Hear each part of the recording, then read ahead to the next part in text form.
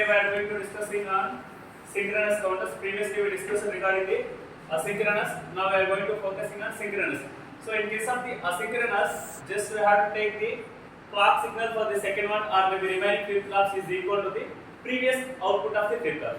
In case of the synchronous means that we have to apply the common clock for all flip flops. So for that purpose I have to apply the clock signal for all flip flops at a time. That is nothing but this is a clock signal. I can represent like this. Okay. As well as counters means there is a possibility for initial to zero values. That is nothing but a reset. So whenever if you want to up counter or down counter operation means it reaches to the maximum state. Obviously it goes to the previous initial state. So for that purpose we have to connect the reset pin. That is nothing but I can call as a reset.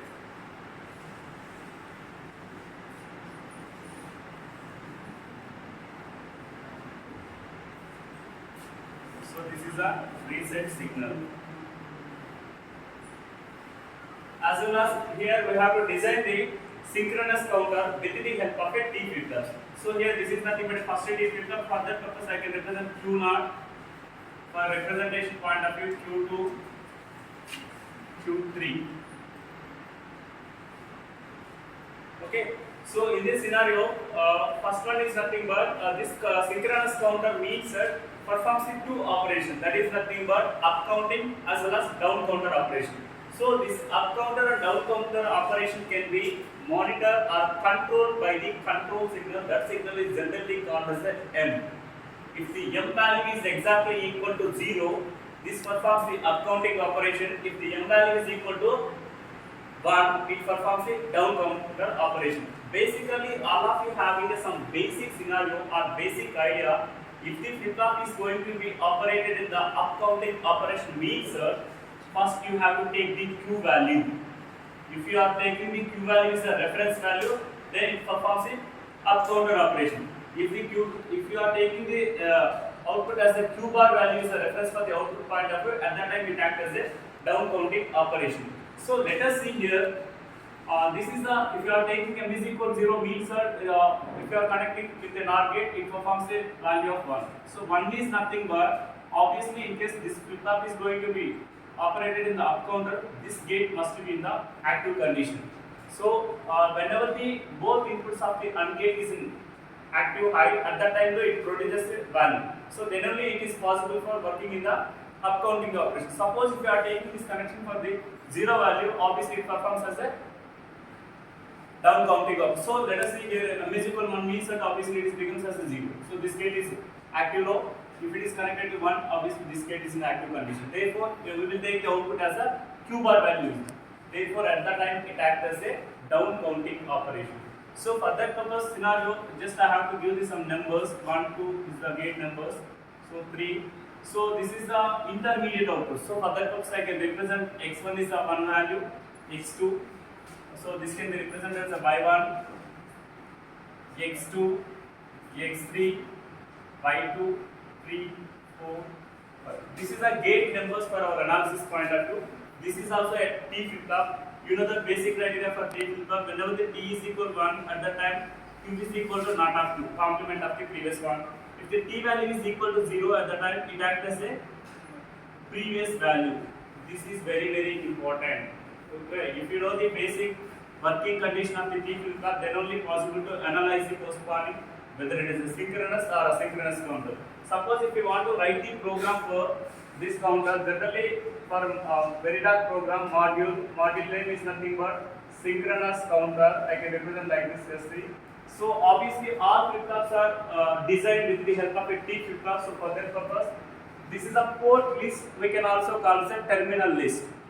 Okay, module terminal list or port list. It is also same synonyms for the corresponding one. So T flip-flop means that obviously T is the input signal, clock, reset is the input signal.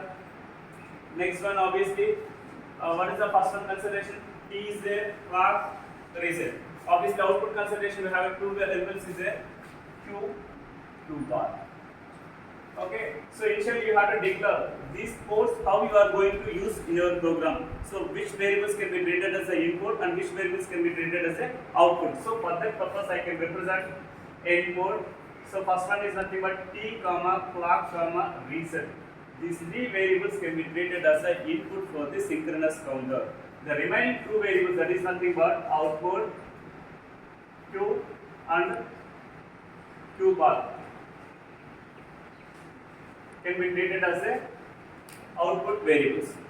Okay, so here we are using a three variables for t flip-flop. So for that purpose we can represent in the form of a vector notation. Okay, so for that purpose I can represent again, or else if you want to represent here also no issues, output q 0 to 2 actually, right? 0, 1, 2, this will take as a 2, 0 to 2 q and output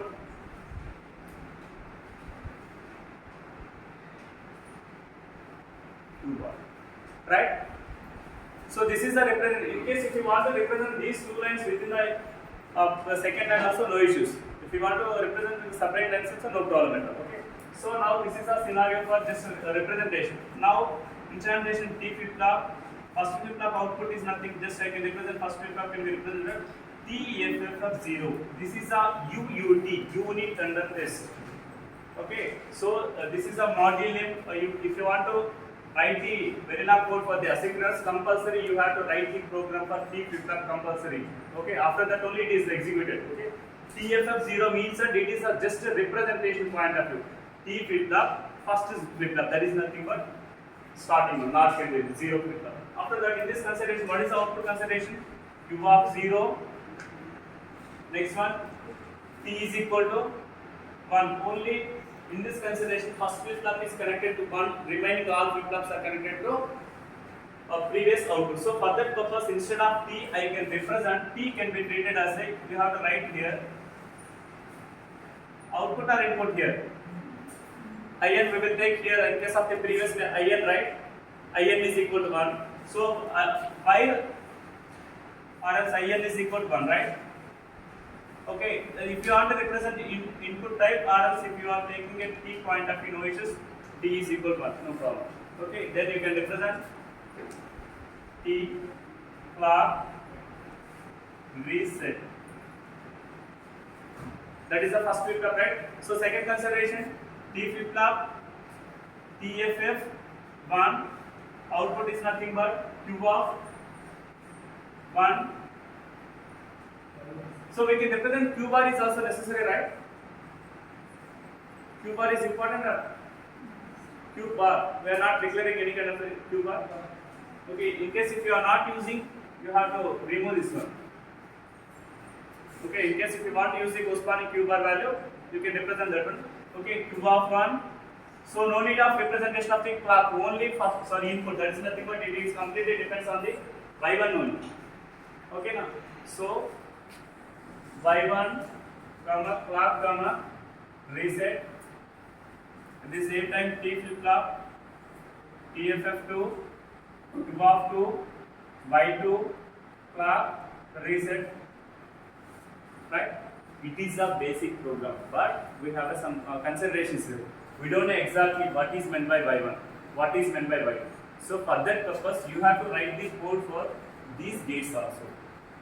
Okay. So for that purpose, you have to write here itself only. So I will represent here. That is nothing but first gate is nothing but AND gate consideration.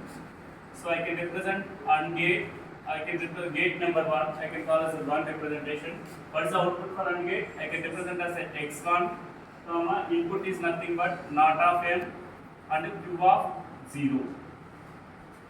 At the same time, AND gate to x2 m q of 0 and q of 0 bar. Q of 0, not of q of not.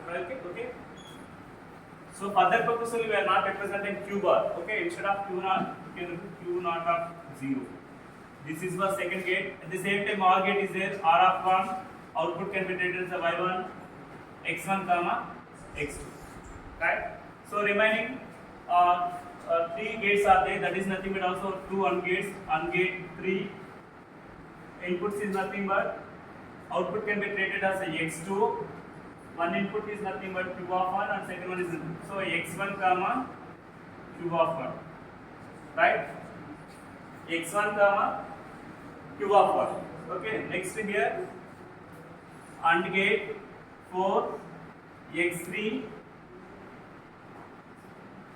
here X2 not of Q of 1, right? Last one is nothing but OR gate, OR of 2, that is nothing but by 2, X2, sorry, X3, X4. So X1, X2, this is can be treated as X3, this can be treated as X4.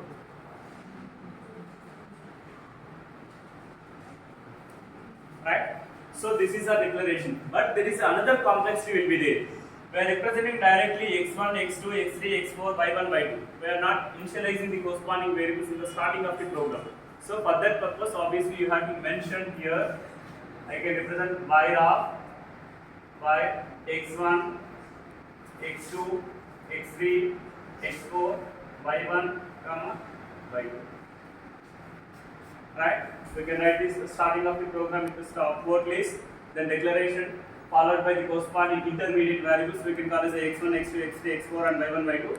Then we can write the program for basic gates, that is nothing but 4 AND gates and 2 OR gates. After that we will go for the T flip-flop instantiation. We can declare the corresponding input and output combinations for the corresponding T flip-flop. If you write the corresponding code, this is the module program. We can end the corresponding program in end module. This is also very important. This is a basic scenario how we are going to write the Verilog HDL for synchronous counters. Okay, so test bench is nothing but we can give the possible combination. So obviously possible combination means that we can apply the just T is equal 1 is a consideration. Synchronous counter. Okay, if you are applying M value as well as T values in the like M is equal to T is equal 1 or M is equal to 0, this is a representation in the stimulus. In case of the test bench or stimulus input. If you are providing like that, obviously it produces either up operation or down operation based on the M value. Okay, here if you are applying the M is equal to 0, which performs the up counting. It is also important. When M is equal to 0, which performs the up counter.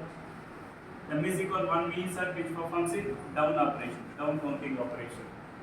Okay, so here we are using the 3 flip-flops. Obviously, total number of states is equal to where 2 power n is the total number of states, where n is equal to mod of the counter, 2 power 3 is equal to 8, therefore total number of states is equal to 8 states. Okay, 2 power 3 is equal to 8, therefore total number of states in the counter is equal to 8. Okay, this is also equal to mod 8 counter. Okay, mod means the number of states present in the counter. So this is nothing but synchronous means that obviously first key point is nothing but clock is connected to all flip-flops. That is the first key point. Okay, output is the secondary parameter. If you are connecting the Q0 or Q bar, that is the secondary issue. Okay, this is enough for synchronous.